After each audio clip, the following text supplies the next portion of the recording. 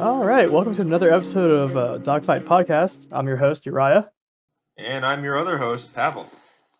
Uh, man, I I think we were talking about last week how this card was gonna be, and this card being UFC 279, how it was gonna be kind of a snooze fest, but shit hit the fan really quickly. Things got weird. Things got very weird. You might have seen some of our tweets sometime around Thursday or Friday. Of me Um, absolutely losing my mind yep. and trying to keep up with everything. Yeah, basically, you know how we were talking about how all the top three fights, like the top two fights were kind of mismatches. Where poor Tony Ferguson and Nate Diaz were going to get sent out there to be murdered.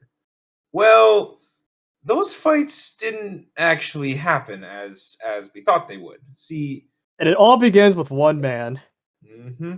That man's name is Hamzat Chimaev, and he basically decided to flush all of the goodwill that he had with anybody down the toilet when he stepped on the scale on weigh-in day, and he weighed in 7.5 pounds overweight. I've never seen somebody burn a bridge that quickly. He's gone Towards full the heel. fans. He's gone full heel. Within a span of a week, he went full heel. It was insane. It wasn't even a week. It was like 3 days. He went from I was listening to the previous episode just the other day, and we were laughing. He's like, "Oh, he's such a goofy dude. Love that He's a fun guy. He's all game. It's like, wow, I actually don't like him anymore. Yeah, no. So basically, there is a lot that happened. Let's start from the beginning here. So we got to press conference day, and which, by the way, was the day that I was looking forward to, because that's usually when you get a good gauge of how everybody is going into the fight. You get kind of their mentality. So I was looking forward to it. But proceed and tell us what happened. So what happened? Well, what didn't happen is the press conference, because Dana White came out and said, for everybody, so there's been a big shit show backstage, and for everyone's safety, we're going to cancel the press conference. Which has never really been done before. No, it's never been done before. Even when John Jones and Daniel Cormier literally fought at the press conference. The press conference it happened, so the press conference was straight up canceled. And so what happened is, and what came to light later, is that Hamzat Chimaev and Kevin Holland had been talking back and forth all week. We know Kevin Holland is quite the trash talker, and he seemed to get under Hamzat's skin. So Hamzat kicked him backstage, push kick to the chest, and that started a whole fight. And their whole entourages kind of started to get into it a little bit, and it was testy, and things kind of calmed down when one of the backstage guys, Tiki Gosen, stepped in between the groups and kind of de-escalated things. And then along came Nate Diaz and his guys. And Nate Diaz always finds himself in these type of situations. Mm-hmm. And Tiki Gosen, he was a friend of theirs from a friend of the Diaz's from a long time ago. So they see him standing near Hamzat, who's Nate's opponent at the time, and he gets all mad, and they start throwing water bottles at him. And the fight starts. Name a more iconic duo: the Diaz brothers and water bottles. Yep. Would be the first time to throw water bottles during a press conference. Right. So we end up with no press conference, and the guy I feel the worst for here is poor Li Jinliang, where so bad. He had the flyest suit on, and he'd been practicing his English for the press conference. He was ready to turn up and go toe to toe with Tony Ferguson on the mic, which I think would have been stellar, and I feel so bad. That would have been. I'm so mad we missed that, because that would have been so fun to watch. It would have been so entertaining. This was shaping up to be a great press conference, because Hamzat and Kevin Holland were going to snip at each other, and Nate Diaz is going to snip at everyone, and hopefully including the UFC. The UFC, yeah. And Lee and Tony were going to go after it. It was going to be great, and Hamzat kind of ruined that. So it was already kind of like, on the fritz a little bit from that point. But then we get to weigh-in day, the next day, and Hamzat steps on the scale and is half a division. He misses weight by half a division, basically. Like he weighs in at 178 and a half. He literally could have fought at middleweight. Yeah, no, he could have fought at middleweight. And so, Nate basically said, I'm not fighting him. Which is fair, and a lot of people were, like, criticizing Nate for that. I'm like, "Dude, no, I wouldn't wanna fight somebody above my weight class." No, it's like he clearly did not try to cut weight all the Yeah, way. Like he stopped weight cutting like 40. because there's an obligation when you sign like, when they sign that contract is, like it's almost like showing up to work on time. Mhm. It's you are under the obligation to show up, do your part, and that by that part, I mean, make your weight, and then fight. If you don't make that weight, then the fuck are you doing here? You're not being professional, you're not taking this seriously or something. Exactly. Um, And Hamzat was just kind of posing, acting like a gangster all week, trying to talk trash. But then he comes in and he does that clown shit. And like, and then, like, flips off the fans, yeah, flips and off the then, fans like, when he gets on the scale. not taking it seriously at all, and that bothered me a bit. Just due to the just trying to maintain, like, the integrity of the sport. You can do your gangster shit, whatever, you can be the heel, but, like, at least show up and be prepared to fight. Right. Exactly. And That's the bare minimum required of you. exactly, and he didn't even try on that, and it really, you know, so everyone is turned on him now. And so what happened was Nate basically said, "I'm not fighting him." So in order for the card to not fall apart on weigh-in day, Dana White had to basically or no, Hunter Campbell. I'm not giving Dana the credit for this. Ariel Hawani, who is top, kind of the top MMA reporter, said, "Yeah, this was Hunter Campbell's doing, not Dana." You did a good So job. I'm taking Ariel's word for it because I hate I'm not giving Dana White credit for anything. It was definitely Uh, Hunter because he's kind of the 3rd man behind the scenes. yeah. So, anyways, so Hunter Campbell has to basically reshuffle the top three fights on the card to make this work. So with the drama, so what happened is Kevin Holland and Daniel Rodriguez, we mentioned last week, are fighting at a 180-pound catch weight, which meant Hamzat was very close in weight to Kevin Holland, who weighed in at 179. And given the beef that they had backstage, they made that fight, Kevin Like, the Holland most versus logical, yeah. Hamzat. And so then they matched up Tony Ferguson and Nate Diaz because they weighed in at the same weight, and they're both kind of old legends, and made that the main event. And so then that left poor Li Jingliang again, uh, having to take a fight against an opponent 10 pounds heavier than him, which he said, no problem, I'll do it, because he's just a gangster like that. Listeners, if you And haven't noticed, Leech has been kinda shit on the entire week. yeah, look, I'm going to say something about Leach, because like, it would be remiss if I didn't mention that there is a cloud hanging over Li Jingliang, for even though we give him a lot of praise and he's well liked on this podcast. He had a really egregious foul.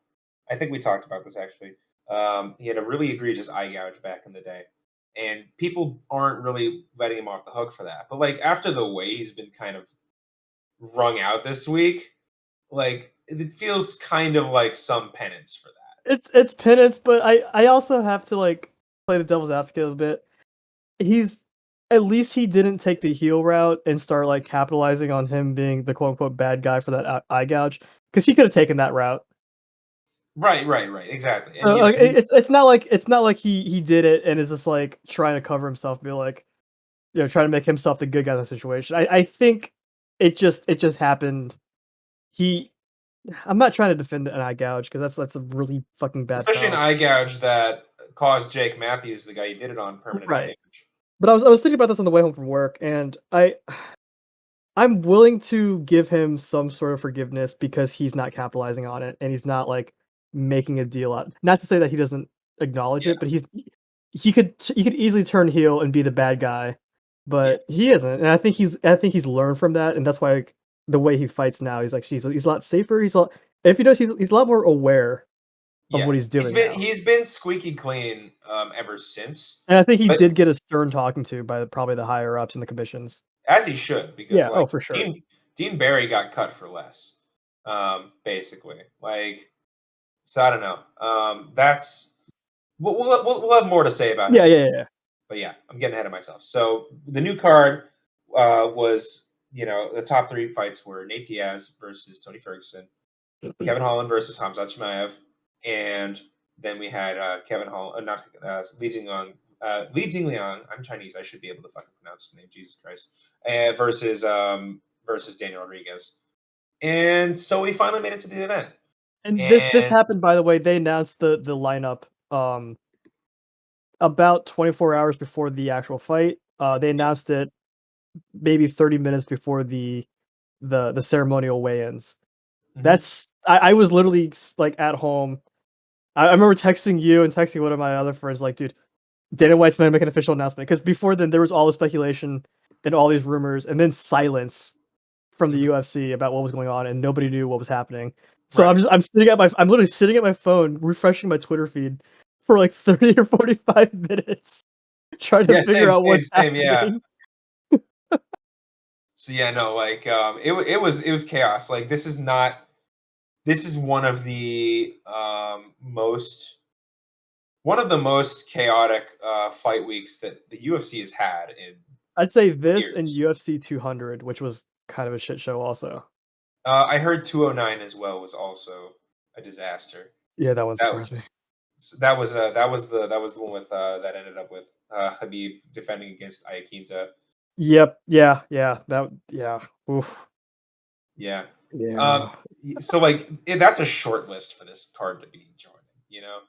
So, anyways, but we got to the card, and honestly, it was a pretty good card. Not gonna lie. I I thoroughly enjoyed it. I do admit that the energy felt weird. Something just it was like the entire time I was watching it, something felt off in my brain. Well, I don't know how to describe it, but something felt weird. And I think it was because the shuffle and because like we didn't know how these fights were actually gonna go. Because we were dead set on our predictions and all of our analysis last week.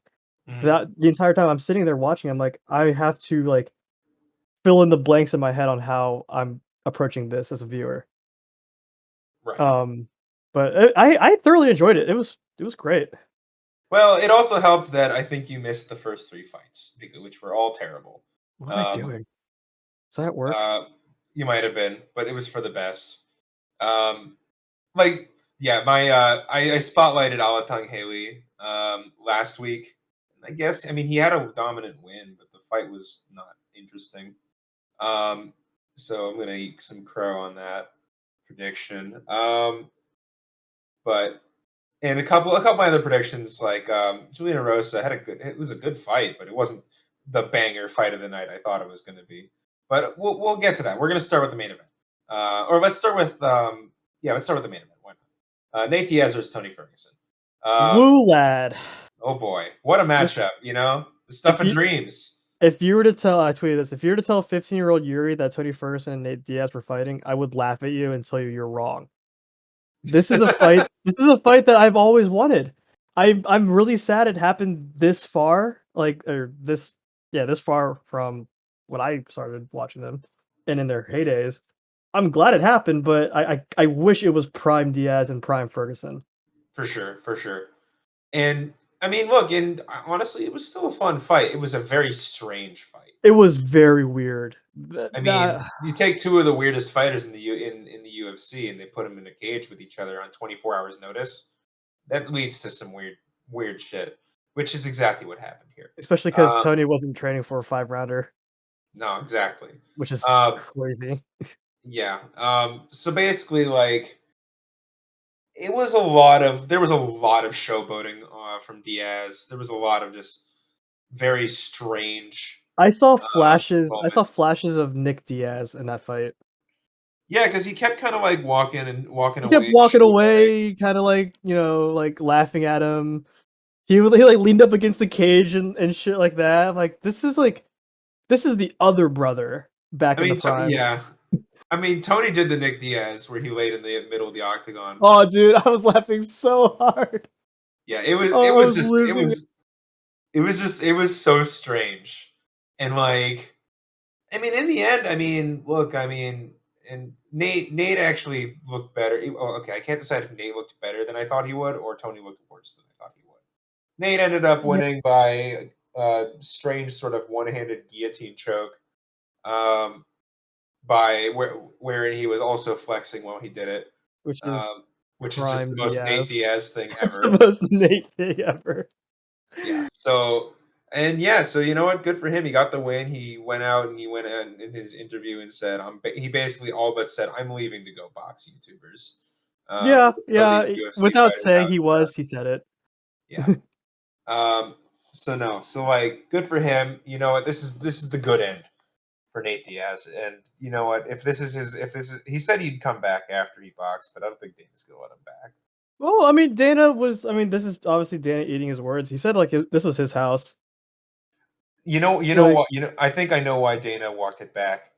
He is terrified of the possibility that Nate and Connor finish their trilogy in boxing in outside boxing, of UFC. oh, He needs Nate to finish that trilogy because that could be a 2 million buy pay per view. I love how Conor McGregor and Nate Diaz are essentially Batman and Joker. Like one of them has to have, like they have to have each other. Yeah. Like they literally have to have each other to kind of make everything work. And it's kind of like the Mhm. natural like order of life. Yep. Yeah. So I mean, look, we'll see how how that goes. But Now, let me talk about Tony real quick. yeah, I was about to say. Uh, You go ahead. it's no secret that Tony Ferguson is one of my favorite fighters. I've said it plenty of times. I said it last week. I said it the week before. He's just one of my all-time favorite fighters out there. That being said, and I know he's probably getting this from everybody in the world right now on social media. I think the time for him to hang up the gloves is coming soon, or it needs to come soon. Yeah. He's on a five fight skid and in a division while moving up in a division full of killers. No matter what division he goes to, he's gonna get pieced up, in my opinion. Yeah. And he just lost to not exactly prime Nate Diaz. Exactly, and it's one of those just stop while you're ahead, save yourself, and retain some ounce of longevity because In brain function. the more damage you take, like that's gonna come back to you later in life, and like I don't want to see that in And if there's somebody like Tony.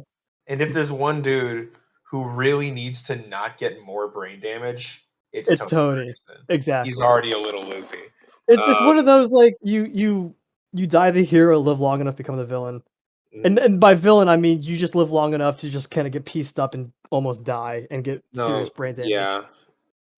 I worry about him, especially because if he keeps falling down the rankings like this, see, lightweight is weird because um, you have the top 10 who are a lot of old guys who've kind of just been there forever. And then you get to 11 to 15, which are the fucking young, hungry killers. If Tony keeps falling down the rankings, it's not going to be long before he gets matched up with one of them. He already got, It legitimately gets worse the more he falls. yeah, he already got matched up with Benil and Oliveira, Benil Dariush and Charles I Oliveira. mean, hell, he got matched up with Leech. Yeah, Like he's already a killer. yeah. And so it's like here's your quandary. You give Tony one of these young hungry killers who will murder him, or like how far down do you have to reach for him to have a competitive fight? Is this a situation where you just give him like Anthony Pettis got got Alex Morono on his way out and still lost? No, sorry, Yeah. that's not true. It was Cowboy Cerrone got Alex Morono on his way out Yeah. and lost. And look, that's not to throw shade at Alex Morono. He's a perfectly decent fighter, but that's not high level, you know? Especially And someone of Cowboys uh like stature. exactly. So I don't It's know, man. I worry about Tony. I I He told you and this. It's gonna be an Alvey situation, and I don't wanna see that. I mean, granted, he's a lot better of a person than Sam Alvey is, in my opinion. Um, Yeah, but, like, I'm so worried about it because, in his post-fight interview, he's like, "Yeah, I'm back. I'm ready to fight." And I'm like, and "Tony." he said that, and we're literally all sitting there just like, "Do you do you not see what just happened? Yeah. Like, if this is your idea of, like, coming back and being back, then This is oh, the best it no." gets. Yeah, this is the best it gets for him. Like, it's only going to get worse. Like, Nate is probably the least tough opponent he will ever face for the rest of his career. Yeah. And he lost, and he didn't look good either. So I don't know. I worry about him. So And we'll see what it's not happens. like everyone it's not like I would have more respect for him, not to say I don't have any respect for him. I would have more respect for him if he had the awareness and hung up the gloves, Yeah. but But I I can't think control people.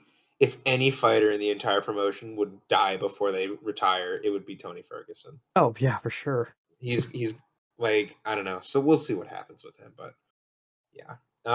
So right before that, we had a very short but very chaotic match, which of course was the Chimaev Holland fight.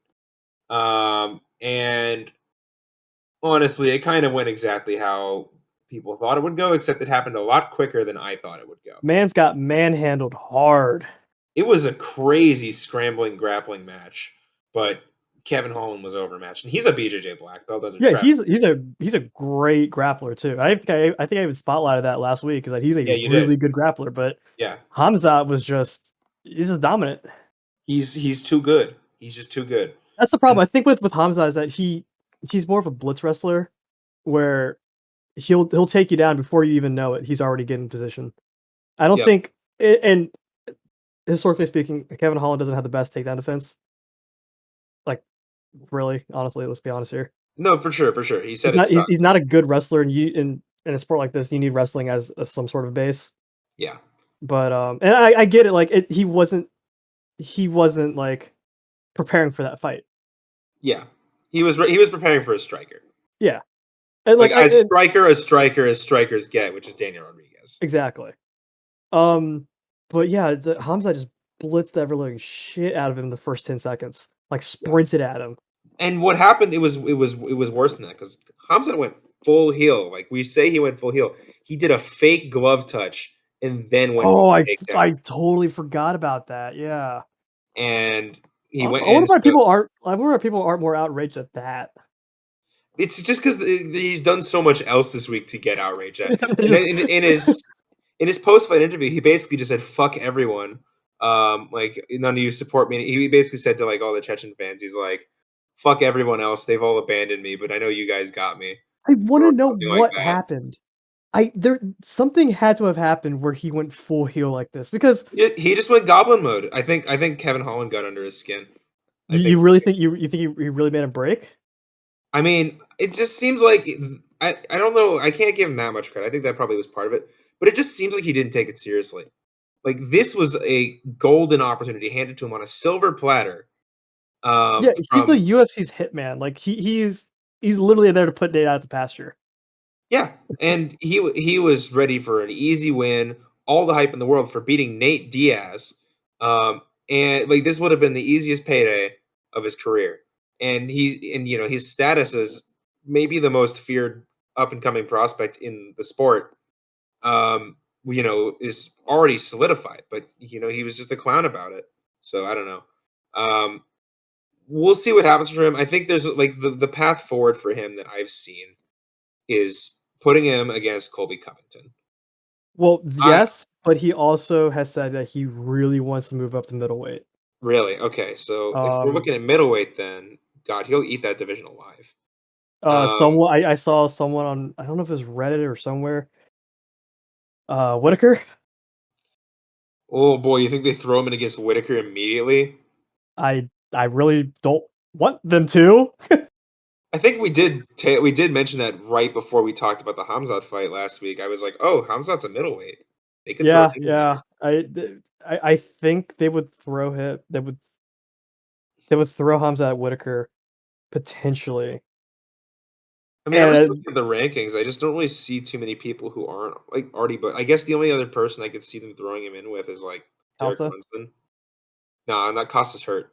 Um, Derek No, Brunson. but I mean, Hamzat wants that smoke because they were jawing at it throughout the week. True. So maybe, but I mean, And Costa wants that smoke too. So yeah, but Costa's out till 2023. He's got a broken hand. yeah, So I don't it's know. weird. Anyways, we'll see what happens. I'd like to see him fight Colby because Colby's got to defend his ranking, and he's. I think if Kevin Holland got under Khamzat's skin, I think Colby Oh, could really get that press under his conference would skin. be amazing. It just we'll Oh, see if Colby ever fucking fights again. it would be so chaotic and like probably really messed up. Honestly, it would probably get uncomfortable. It would That build, legitimately get uncomfortable. yeah. Like Um, I don't know whether to be excited or scared for that build up. So, anyways, that's the Hamzat situation. I'm not going to spend that much more time on him because he's a fucking clown, and I don't want to talk about him anymore. I don't know. I'm just frustrated with him. Like, he should be I am no, he should be better I than that. feel that because you saw how much I was like gassing up Hamza. I love that dude. Loved Yeah, him. we both Past were. tense. Yeah, I yeah, was like always excited for his fights. He's allergic to bad fights. He's must see TV, and then he goes and does this shit. yep. And Michael Bisping, who knows a thing about being a heel in MMA, basically proclaimed verbatim declared Hamzat the new supervillain of the UFC. Yeah, that's fair. Like, And if he's really Bisping good is friends saying with that, Hamza too. yeah, I mean, I don't know. There's a lot of people who have kind of soured on Hamzat, and you know what? He's still a really great athlete, but It's definitely going to be one of those there's a things where mental side here I think that we weren't accounting for. I've been kind of like noticing this on the way I look at fighters. It's one of those like you gotta like disconnect the fighter from at least once it gets to the octagon. You gotta disconnect the fighter from their personality. You gotta look at the skill and everything. That's ultimately what it boils down to is like Yeah, their performance and skill. right. And I think I said did I say it last week or sometimes like it's one of the few sports where you can absolutely hate the person but respect their game. Looking at you, John Jones. Yep. Looking at you, Colby Covington. Yeah, Um, yeah. I've We'll been fly. sorry, go Yeah, ahead. yeah. I would say one day we will talk about Colby. But I don't think. I mean, who knows when he's going to fight again? We don't really talk about fighters that much unless they're fighting soon. So we'll have things to say about Colby, but that's a while off. Yeah. All right, So now the big one that I really want to discuss yes, uh the last of those three fights. is Leach versus D-Rod Daniel Rodriguez. Surprising split decision. Yeah. Look, I mean, Very look. surprising. I gotta give props to Lee because you know what, he fought a great fight. It was He fought a very, very great fight technical, against a very, person who had very 10 pounds on him. exactly. He fought a very technical fight, and it was very evenly matched. But it seemed like a pretty clear 2-1 victory for Xing But no, I mean, and D-Rod even walked over after the fight, raised his arm, or raised Lee's arm, like, yeah, yeah, okay, you won, good fight. And then it was a split decision, and Rodriguez got the win. And poor Leach, he after all the shit he's taken this week, after So many getting L's. missing the press conference because of things outside of his control, because of having to step up on 24 hours notice to fight an opponent 10 pounds heavier than him. And D-Rod was big. Yeah, D-Rod was He big in there. was There big, was a like massive. noticeable size difference there. And like and then despite that, he seemed like he overcame the odds only to get robbed by the judges. Like poor, and look, he's been nothing but classy about it. He's been a really good Uh, sport, surprisingly good sport about it, because I know a yeah, lot of other fighters would have been like raising hell about it yeah, and shit like that. But he's been classy about it. I respect that. He was actually on a Ariel Helwani show with a shirt, and he wrote robbery and like red Sharpie on his shirt. yep. No, he's had a sense of humor about it. I did actually see right before we got on the air, is that D-Rod said he's willing to rematch Lee. Um, Really? yeah. Uh, Is at what division? well, I assume at 170 Okay. because D-Rod fights at 170 usually. He was only at 180 because it was catch weight Oh, because of because it was catchweight, a short notice. right. It was a short notice fight. So yeah. So I mean, I don't know. It was we kind of saw what the fight was like. I would just be the same again. I don't know if there's a point, but classy of D-Rod to extend the offer anyway. All right. Anyway, so that was that fight. I don't know. He's a good dude. I think we talked about him, of Yeah, I course, think already. inherently he's a good guy. Yeah, like he's He slipped he. up, made a bad judgment call or bad move, Yeah, and I think he learned from it. But I don't think he's as bad as a lot of people think. I have been seeing a lot of people like bringing up the eye gouge. every It's time just like he's that. mentioned, every time he's mentioned at all ever, that's all people talk about. They're like, yeah, he basically stuck his finger in Jake Matthews' eye, and like, yeah, it's bad. Like we know, but that happened years ago now. Like I don't know. There's only so much he can do to really um, atone for that. That fight was in 2018. Yeah, Um, and it's not like he's like popping PEDs like yeah, crazy or he's like shit talking people because he's not right. a shit talker at all. No, he's charismatic, but he doesn't talk shit. You Right. know? He Yeah, actually there's a he's very video. respectful. He saved Tony Ferguson from another wire incident. I saw Actually, that. Yeah, he's just a funny dude too. he's a good guy. I think if he spoke English, he would be a lot more popular. It's Um, like it's like the Oliveira situation. exactly. Yeah, but yeah. So I don't know. We'll see where he goes from here. I mean, he didn't take much damage. I'd like to see him fight again soon. Um, and I'm sure they can find a fight for him. Like I don't know, maybe they give him Imavov, you That'd be know, a fun fight. or Brad Tavares. Is Tavares still? Oh, he is still Oh, fighting, sorry, no, isn't he? that's middleweight. Sorry, Okay, wait, I no, was like, I'm what looking. my I'm bad. looking in the wrong ass division here. I mean, Michael Chiesa's right there. He hasn't fought in a while. That's not gonna be a fight though. Yeah. That's Uh, not gonna be a fight. I mean, you can give him the corpse of Vicente Luque. That's gonna be a murder. You And if could you're get. okay with watching sanctioned murder on TV, then sure, I guess. You could give him Shavkat. You could give him Michelle Pereira. Alcott, I would actually watch that fight. I feel like Shavkat would mow through him, but that's not an insult to Lee. That's just Shavkat is that good. Shavkat's just Well, really fucking good. we will talk about Shavkat Rachmanov at some point whenever he's scheduled for a fight because he's one of the better prospects in the whole company. He's one of the he's the least talked about prospect, honestly. Yeah, he's good, but we'll talk about it. We'll talk about him in the future. Um, so to wrap up our main card here, we had a couple more fights. We had Irene Aldana versus Macy Chasson, which I wrote off as it's not going to be a good fight. And honestly, you know what? Credit to them, they surprised me, or rather, Macy Chasson surprised me. Um, She looked good. she looked really good, She looked and really good. yeah, she like that was the best fight I've ever seen her fight by some distance. And by all rights, honestly, she probably should have won that fight. But There was a little thing that happened though. yeah, Was it a that's true. guillotine? Armbar.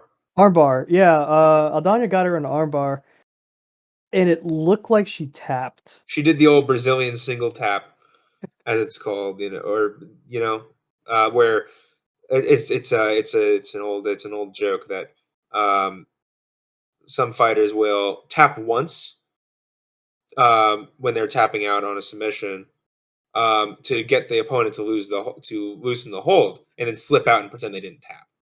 You know, Did that um, stem from Chael Sonnen? maybe I think it sounds like something he would coin. Um, but yeah, so I mean that happened in round one. I'd honestly forgotten about that. But there was a very good argument that she should have lost right there. But fight went on, and really she was controlling Aldana, who this is rank 4 against rank 10. She looked really Um, good on the ground. yeah, Like really good. yeah. So you know what I want to give Shasson credit though. But given what happened, and given what eventually happened in the fight, the right person won because Aldana landed a nasty up liver kick, Like like a from the axe, like an ground. up axe kick. Yeah, to the liver, which is just, and Macy just crumpled, and we're all like, "What happened?" And then we saw the replay, and like, "Oh my god, that's incredible!" Like just a I've really never seen it expertly. happen before. No, never, never. That's a one of a kind shot. It could not have been placed more perfectly, and it crumbled Macy shot. It Like, crumbled Macy. I've seen up kick KOs. Oh, like, only maybe a handful because there haven't been that many. But I've never seen a that up kick liver shot. It's always been, like, to the jaw or to the face, but never to the liver. Exactly. Yeah. No. Like people are always trying to upkick to the face, but I think Joe Rogan says something to this effect while in commentary. He's like, "You can do that." Like I think I that said that opens too. I was that like, opens up "That's a thing?" that opens up so much. Like it's just never been done before. And you I know I what? tweeted I tweeted, I was like, "I wonder how many fighters now are gonna start practicing that as a defense to get out of the, bottom position." Yeah. No. Because like 'Cause now it becomes a viable thing. hitting the liver is a lot easier than hitting the face from the ground. Not even just the liver, just the body, just to Yeah. get a body kick in there, just kinda disrupt them a bit. Exactly. So honestly, that's by even if it was not even by accident or really just a product of circumstance, that's a really big thing. We could She see that said happen. she said they drilled that kick. I mean, she probably did. Her Aldana's ground game looked a lot better than I thought it would. It looked really Uh, good. It looked so really yeah, good. so yeah, no credit where it's due. And you know what? Maybe women's bantamweight does have a little life in it after all. And you know The what? glimmer of hope. And Shasan unfortunately missed weight, but it does make me think maybe she should fight Norma Dumont because Norma Dumont fought Ooh. earlier in the night, fought Danielle Wolf, former boxer, and really just tooled her. And she cut a promo basically saying like, yeah, I'm like basically saying like I'm gonna put the featherweight division on my back because like she's the only one who really fights. She said she'll fight every 3 months if she has to. Um, so like credit to her, she's basically trying to keep a non-existent division alive. And I think she was supposed to fight Macy Chasson at some point. So given that Macy missed weight again, oh wait, no, never mind. They already fought. Womp. They fought back in May. Shasan won by split decision. That was a bit of a forgettable fight. So Womp okay, womp. never mind. I mean, We're professionals, we swear.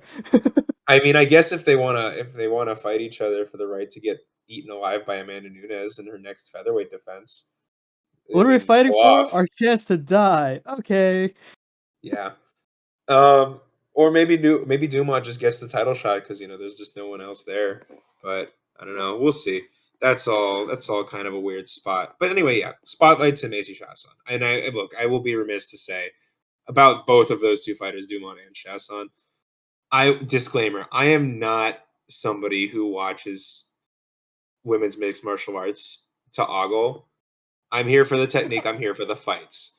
But it would be remiss of me to not say that and I said this to you, I think, while we were watching, that Norma Dumont has the cake. She got the Like, whole bakery. yep. And And it's not us saying it either. It is multiple, even commentators were saying it. So Jamal Hill said it. don't Jamal think that Hill we're trying to be like weird or about this. It is a universal thing that multiple pundits have said. Yeah, Jamal Hill is a UFC fighter and he said it. Like, come Laura on. Senko said it. Morosenko, yeah, UFC commentator said it. Like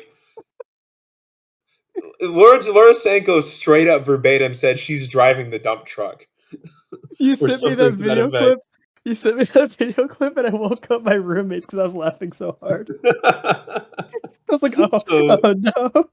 yeah. So look, I mean, it's not just us, I promise. And look, she looked great in her fight. I like from a fight perspective, she tooled Wolf everywhere. But yeah. And then Shasan as well is, I don't know. I think she's pretty pretty. Anyways, I don't have any excuse there. Hey man, you respect the player. Yeah. Look. I got. Anyway, I'm gonna move on before I embarrass myself Oh, more. I'm gonna have Um, fun writing the description for this episode. I didn't think that she would be my type. Anyway, let's continue on, please. Um, and then the last main card fight was Johnny Walker versus Iwan Kutalaba, who, This which of was course fun. we all, of course, our predictions were Iwan by beheading at some point, By in the steamroll. first round. But no, that's not what happened. Johnny Walker won a fight. Y'all, this is not a drill. Johnny Walker won a fucking fight. In an Like, exciting fashion too. yeah, like, wow. This is proof that Like, we live in a simulation, that nothing is real and it's all made up. like, with the exception of his win on over Ryan Spann, who is just not very good, that was his first win since March 2019 against Misha Surukanov. Which I think is when he hurt his shoulder doing the worm. And then the madman decided to fucking celebrate by doing the worm. Like he didn't fucking learn his lesson. But he did it though, and it looked good. Yep. And and that was a feel good moment because he really needed that win, and it was exciting. It was like a glimpse at the hype train that he used to be. Now, unfortunately, his evening was kind of soured because immediately after his fight, the UFC kicked him out of the arena. They didn't even let him change. He was still They in his trunks, no shirt, gloves on, still taped. gloves on, no shoes. Like they sent him out of the building immediately. Like they didn't even let him take his stuff. And the reason why is because it's speculated that he refused to wear the Rock's shoes, which are now the official shoe of the UFC. And Project so they kicked Rock. him out over that. That's just so scummy. It's just another reason why the UFC is not exactly the most Liked. yeah, exactly, most likable company. So anyway, that kind of put a damper on it, but good for him. He needed the win. I And was thoroughly surprised. Like honestly, I thought Eon was gonna just run right through him. yeah, no, I mean, you and me both. We basically both of our predictions last week were he won by beheading in the first round, basically. And I chalked Um, the entire fight up as a meme fight. I think I even texted you. I'm like, oh, the meme fight's happening. we've been saying the meme fight since this was the co-main on the card months ago. So yeah, anyway, and it did prove to be a meme fight. It worked out. It did happen that way. So yeah. Um, but yeah, good for him. Let's see if he can spin it forward. I don't know if he will, I but mean, who would they give him next? I mean, Well, like I don't Craig know. I'd watch that. Smith. Paul Craig. Ugh, Smith's still hurt. Smith's gonna be out a while. he's gonna be out for a long time. They could give him. I mean, well, he won, so it wouldn't be fair to give him Justin Jacoby. Why is Thiago Santos still in the rankings if he went to PFL? Oh, because it was earlier this week. They haven't updated the rankings yet, probably. They usually update Um, him on Tuesdays. Tuesdays, yeah, he'll be gone then after that. Don't ask how I know that. Yeah, I mean, no, Dominic Reyes got a fight announced, I think. Yeah, he's fighting. Oh God, gonna bother me now. Fuck. Ryan Spann. Oh, What did that's Ryan a. Spann do to earn that fight up? He beat Kutlaba, apparently. Ryan Spann beat Kutalaba? Yeah, So he he did. he fought him at during the Blachowicz Rakic fight. You're out of the country, I think. Yeah. Oh, okay, yeah. That would do it then. I mean, Reyes needs to step down, so I don't know. We'll see what happens. He should win that fight. Anyway, I don't know. I guess they give him just like Dustin Jacoby or something. We'll Yeah, see. Or the winner of Krylov versus whoever Krylov's fighting. I light forget. heavyweight division is just in a weird spot right It's now. in a weird spot. Yeah, Krylov's fighting Ozdemir, so they could give him the loser of that. That would make sense. Yeah. Okay, so yeah, we'll see what happens. And so a couple of spotlights for down the card. Look, I got to talk about my boy Julian Rosa. He looked Um, good. See, I promised a fight of the night, and I don't really know if fight of the night was the right word for it, but Erosa did look fantastic. He dominated Dawodu. everywhere, despite Dawodu coming in pretty well overweight. Not It's like Hamzat overweight. 3.5, I think. 3.5 pounds, I think. That's a significant miss. Oh, yeah. Uh, Especially eh, at that weight division. yeah, and so he tooled Dawodu everywhere. Um, it's the best I've ever seen him look. Because like, look, I mentioned on the episode last week, he's my favorite bad fighter, but he didn't look bad here. Like, and so I'm excited for him. I don't know where they bring what they do with him. He's not exactly on the cusp of the rankings or anything. But I can't help but be psyched for him. He definitely looked good. Um, and yeah, it's the best I've ever seen him look.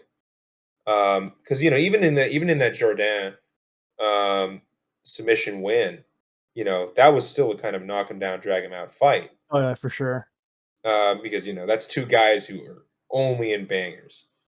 Um, so I don't know. I think they'll give him another exciting fight. I don't know who, but of course he's my boy. I'll always be tuning in for him.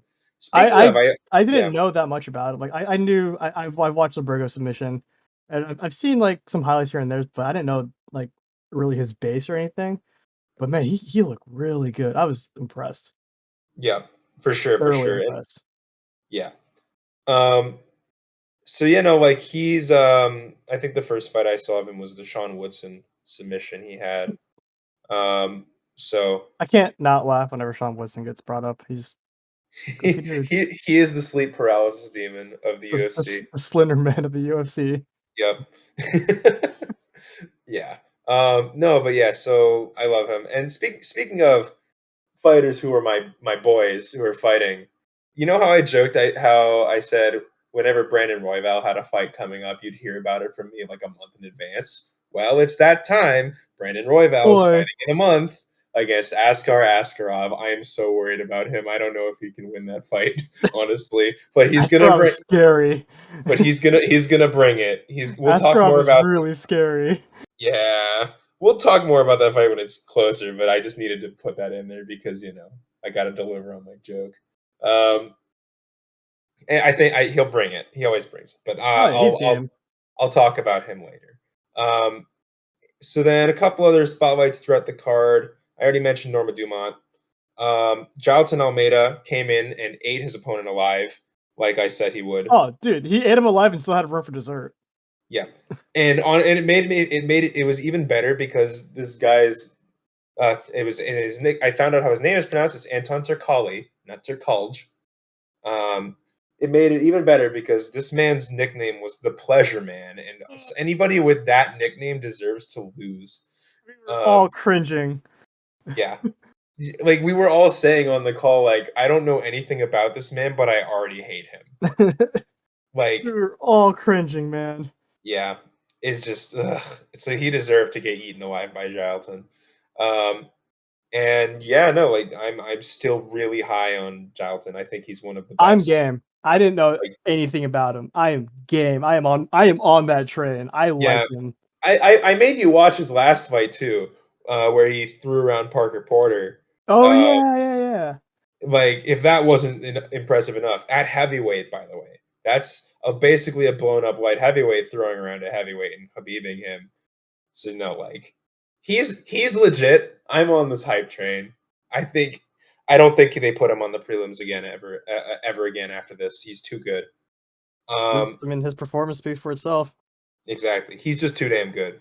Um, so yeah, I could see him kind of becoming like a Yoel like figure because he's Oh, so yeah. jacked. Oh, easily.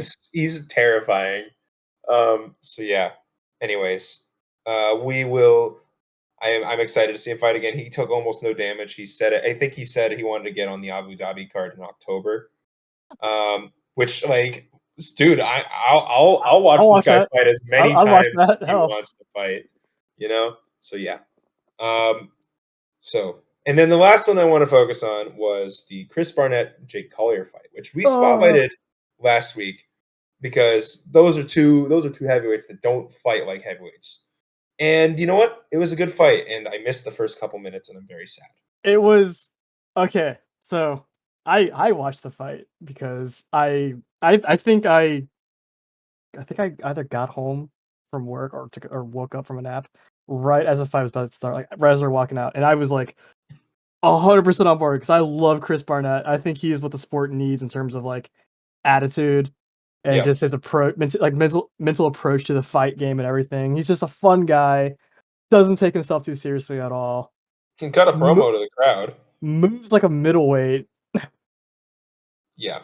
and Dance is like nobody's business. He's just a fun dude, and he's just a fun guy. he's so easy to like. And also, I mean, it'd be remiss of me to not bring up, it was extra easy to root for him this time because we learned like that prior to his last fight, like 30 hours prior to his fight, um, he had to make the decision to take his wife off of life support. She had encephalitis, Oh Jesus, which is fluid on the brain, and was in a coma, that's I think. not Which is that's just not it's easy. so. And he fought after that, after having to do that, which of course, and we were remarking, man, he looked really bad in that fight against Martin Budai. We know why now. Like how can It's you hard to fight in do that that. sort of situation? Exactly. And so it was good seeing him, out there acting like himself. He thanked the crowd after the fight. But, importantly, he this was a fun fight. Like he took a beating. He took a beating from Collier He because Collier's good. Like he's good. I really hope they don't cut him. He's only coming off 2 straight losses, but he's good. Um, and like I It said, was he's a middle. his first loss though, or not his first loss, but the other loss was very close, and it Yeah. was against Arlovsky of Oh all yeah, people. that was his last fight. Yeah. Yeah. That's doing a close split decision against Arlovsky. That's a lot. Even though Yeah. one could argue that Arlovsky is past his prime, which I'm No, no, not no, gonna no, say no. they're But wrong. and Andrei Arlovsky's been putting together a win streak though. Pretty well, not a win streak, but he's been really good. He's been winning. He's been winning decisions like nobody's business. He is the gatekeeper test. Like in fact, one of the top guys on the card next week, Tanner Bozer, failed that test. Um, Arlovsky's still a very good measuring stick Yeah. for where a prospect is. So like, look, he lost that fight, but I thought he won.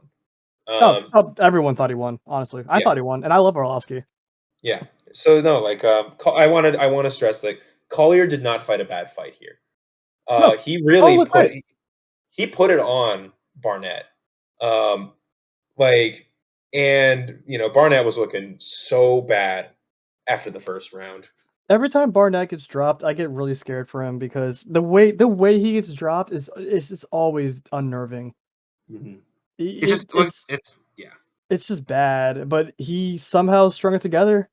Um, landed some pretty pretty vicious ground and pound. I mean, Yeah, once he finally got him on the ground, like, I think Collier, like, tried to do a takedown or missed, like, or slipped or something, and Barnett had a lightning fast, back take, yeah. and then Oh just yeah. started pounding away, and he got the finish, and we were all, my friends and I, we were all yelling and screaming because, like, they'd been the doctor had taken a long look at him at the end of the previous round because he looked awful.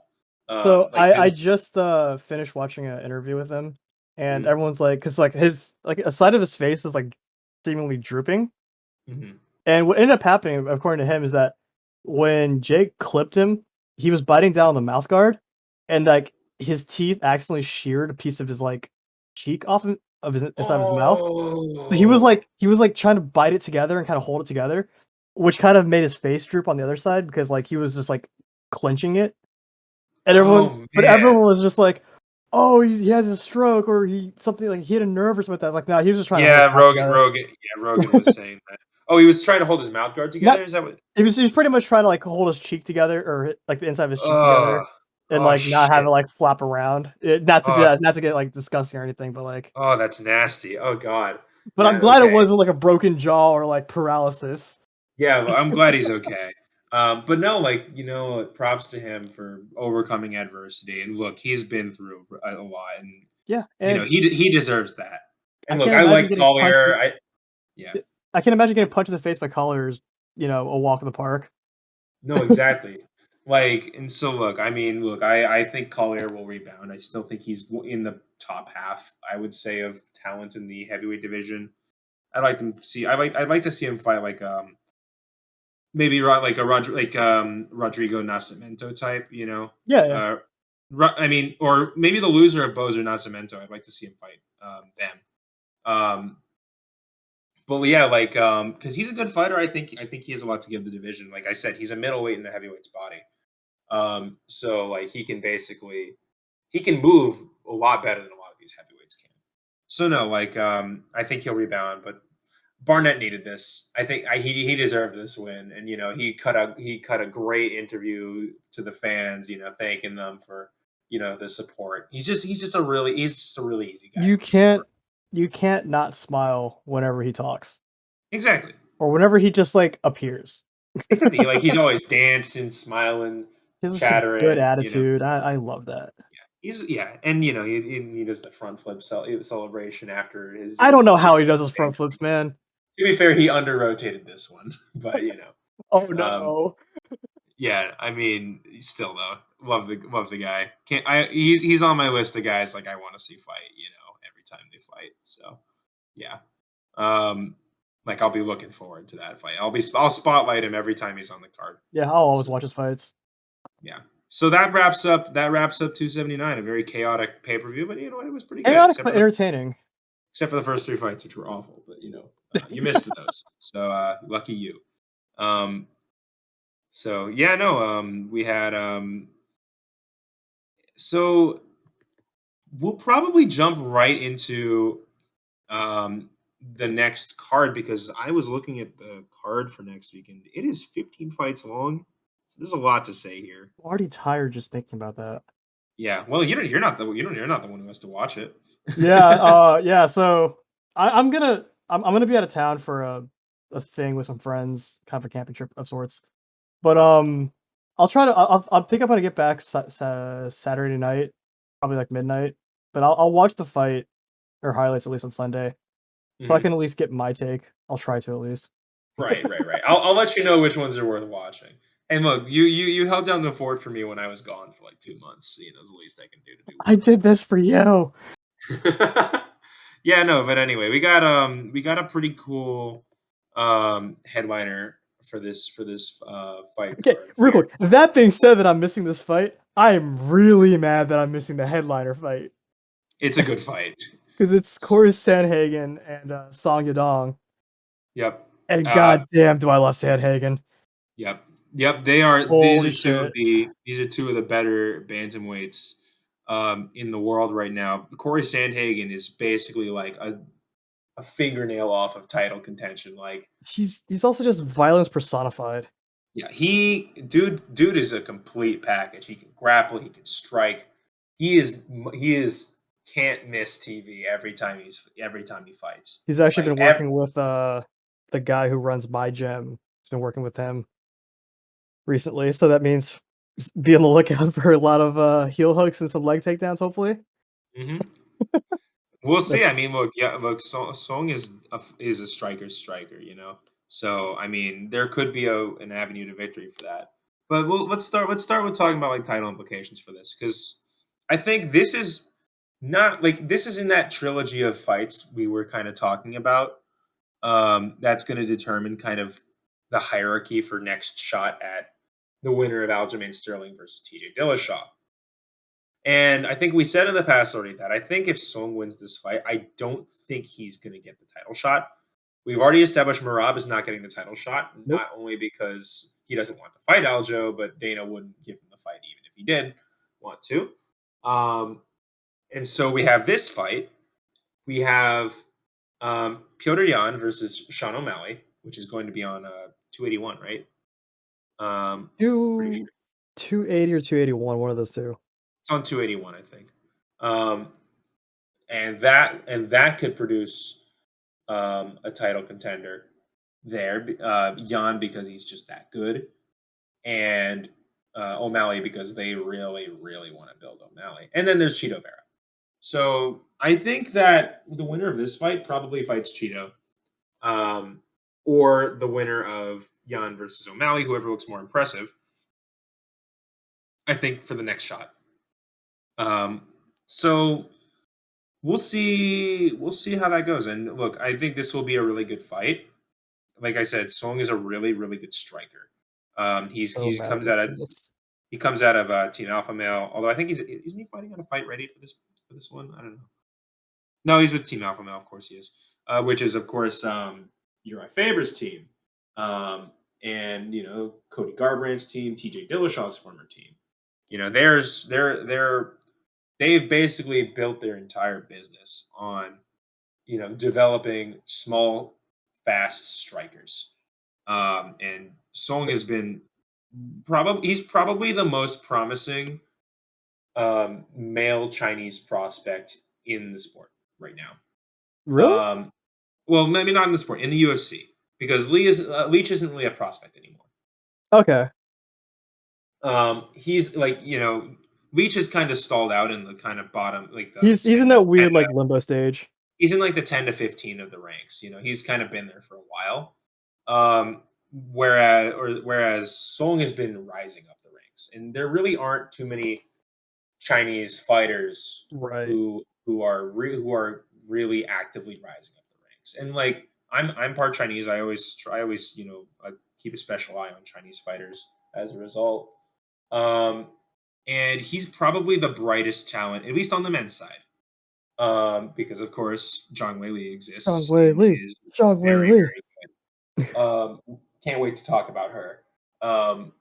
But yeah, so we're gonna have, Song is he's quite good, and I think he can challenge Sandhagen. I do think Corey should win this fight.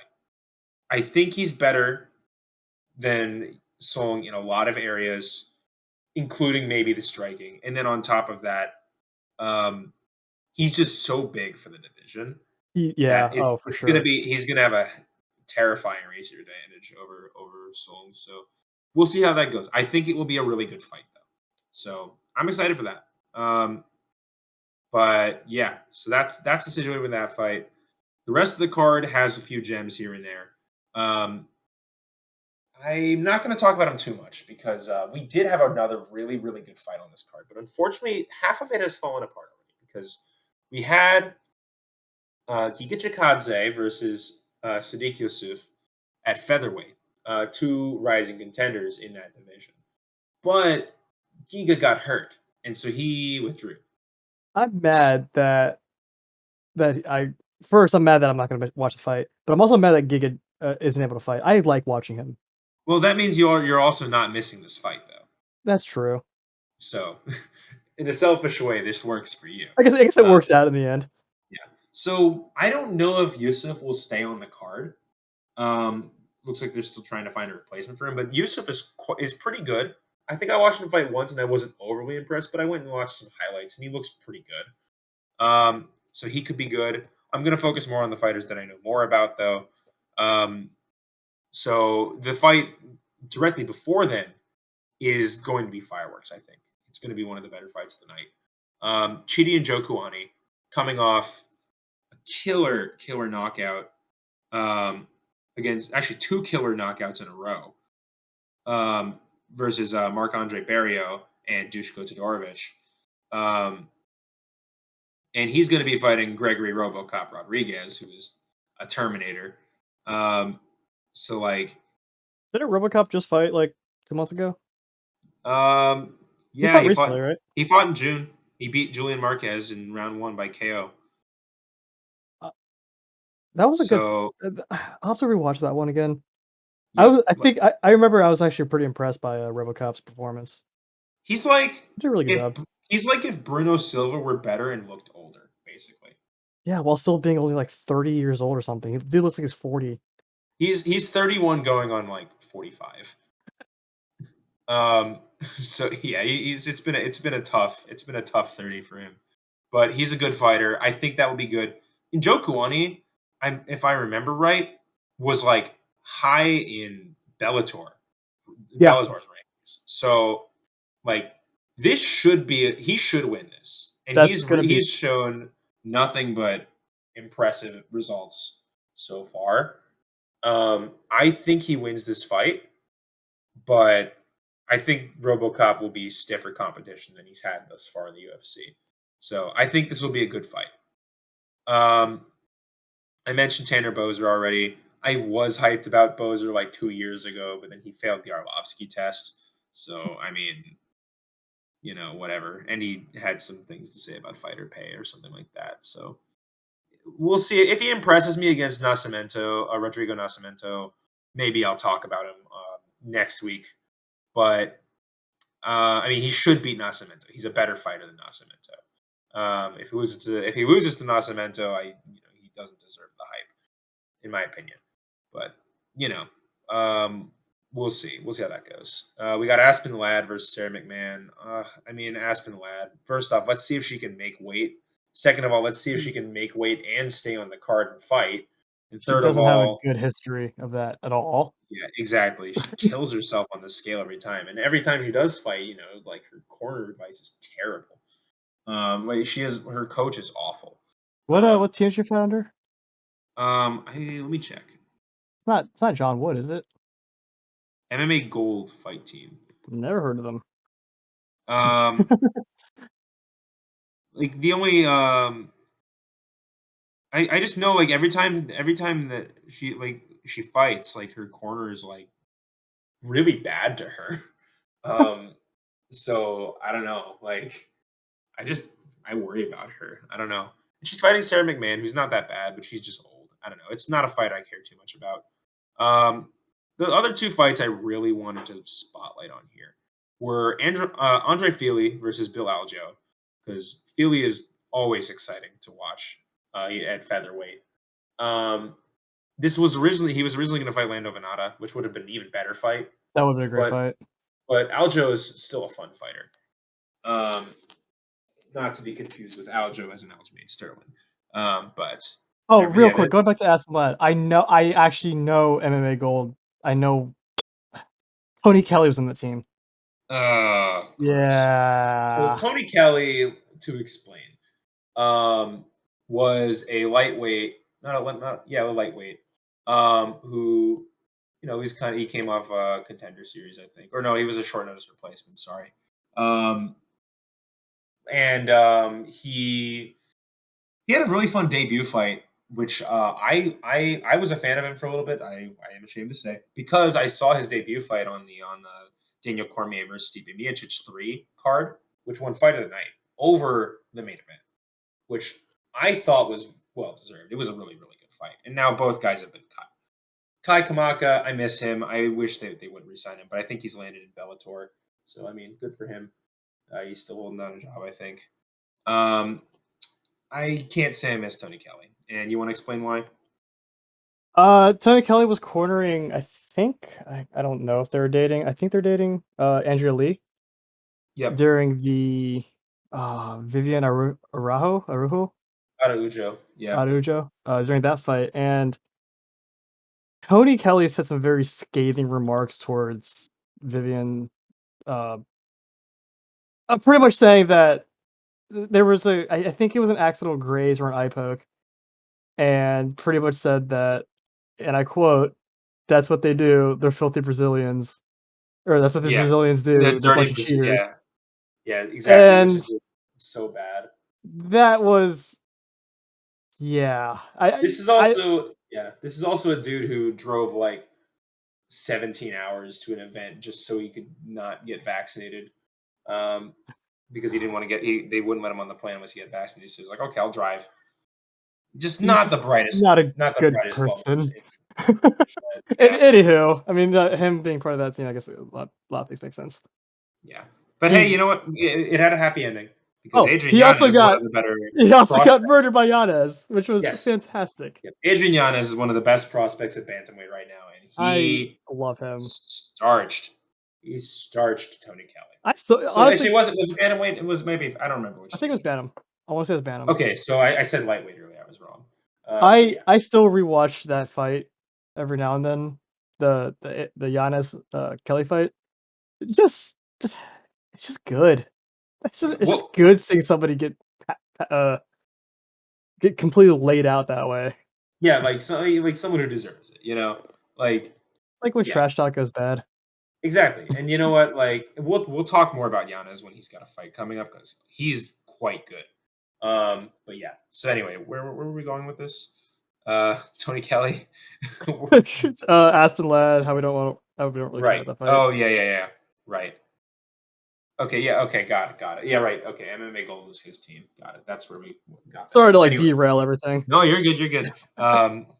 Yeah, not great company anyway. So yeah, no, but and then the last fight I wanted to spotlight, which I think is really criminally low down the card, because it seems like there's always one of those fights with me, is Damon Jackson versus Pat Sabatini. Because honest at featherweight, and honestly, I think that could be a fight for a ranking.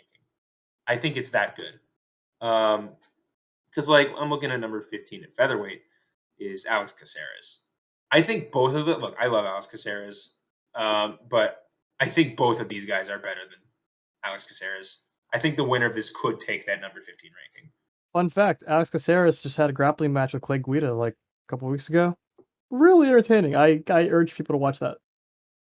It was Caceres is always in fun fights. oh yeah, he's Love great. that dude. But it was just like a grapple only like jiu-jitsu match against Clay Guida, who's just fun to watch too. Yeah, for sure, for sure. And yeah, no, so like, yeah, so yeah, I'll definitely I'll talk more about Caceres next time he's got a fight coming up because he was I got a soft spot for him. He was one of the first fighters I ever watched, because he was on the card. He was on one of the cards I watched. I think it was That's a good fighter to start out watching.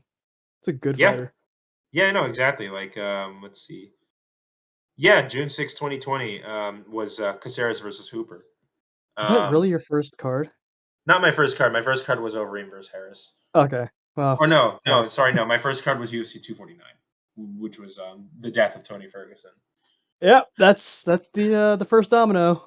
Yeah, yeah, poor Tony. Ugh. But yeah, I think Damon Jackson is like this will be a really good grappling match. People rag on Sabatini because they say he just lays on people, but his wrestling's very, very good. He has very good jiu-jitsu. Damon Now, Jackson also is has he very a good. lay and pray, or is he actually active on the ground? He's active on the ground. People say he lays on people, but he maintains control pretty Can active. I just soapbox here real quick?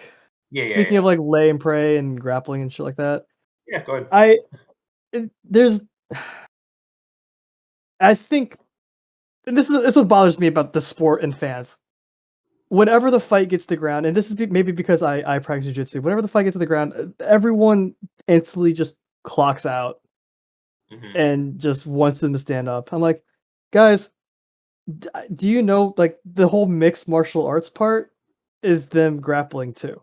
Granted, Right. if it is legitimately lay and pray, yeah, stand them up. If nothing's happening on the ground, nobody's active, yeah, stand them up. That's fine. That's cool. Yeah. But like, there have been so many fights, and I think I want to say one of the fights over the weekend was like this, where it was a grapple heavy match, and everybody was booing, and I was like freaking the fuck out. It wasn't the grapple heavy match. It was Lee versus D-Rod, Oh, okay, never mind then. Anywho, which but still should not have been booed.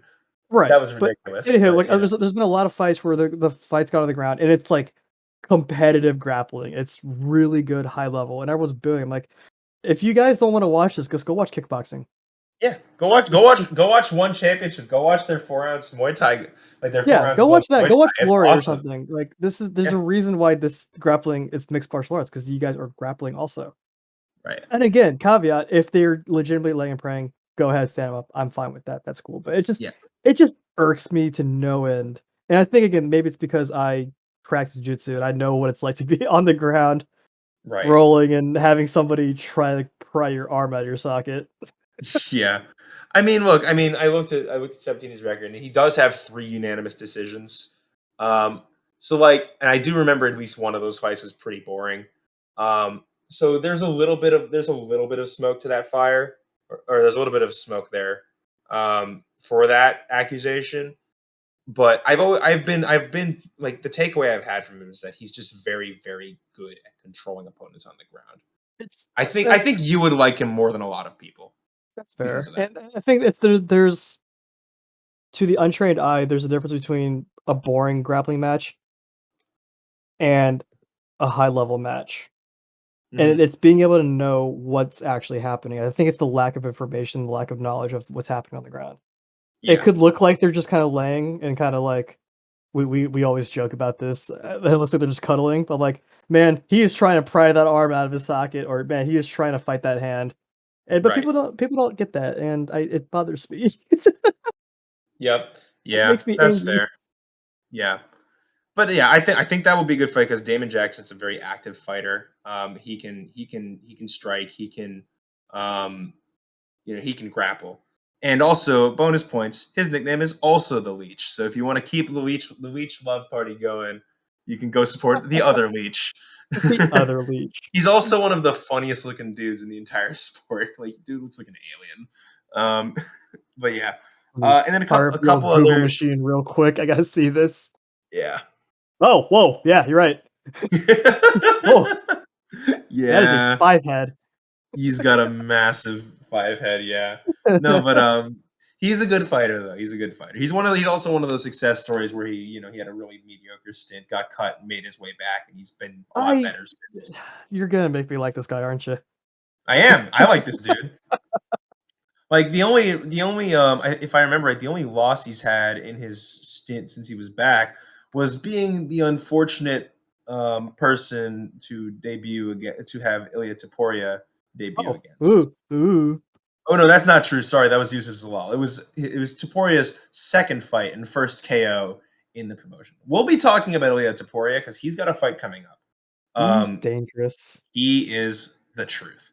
But yeah, no, that's his only loss since he got back into the UFC. He beat Mirsad Bektik, he beat Charles Rosa, he beat Kamala Kirk, Dan And Arguello. Bektik Those aren't. isn't a slash either, if I remember correctly. I mean, his hype train kind of died out, and he's Uh, retired now. But still, he was given no chance in that fight. He was a short notice replacement, and he won by a nasty guillotine. I So love a no, good guillotine. yep. So no, look, I like watching him fight. I think he's pretty good. I think this will be a good fight. And then a couple other sleepers here, just to like wrap things up. We got a couple contender series guys that have been kind of hyped up. I saw a highlight reel of this guy Daniel Zellhuber, who's fighting Trey Ogden at lightweight. And he looked pretty good. He's undefeated. He's only 23 years old, but he looks a little raw, but there could be some promise there. Um, similarly, Javed Basharat, who is also 12-0 bantamweight, coming off contender series, although he has a win already in the UFC. He's fighting Tony Gravely, and that could be a fun fight because Gravely usually puts on fun fights. And then there's Joseph Pfeiffer, who Dana White was just having a total love fest over this dude.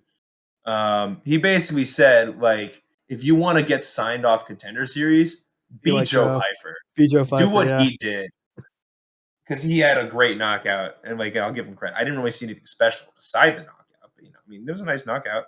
We'll see if he can carry it forward. They're giving him an absolute softball. Alan Amadovsky is terrible, um, so he should win that fight.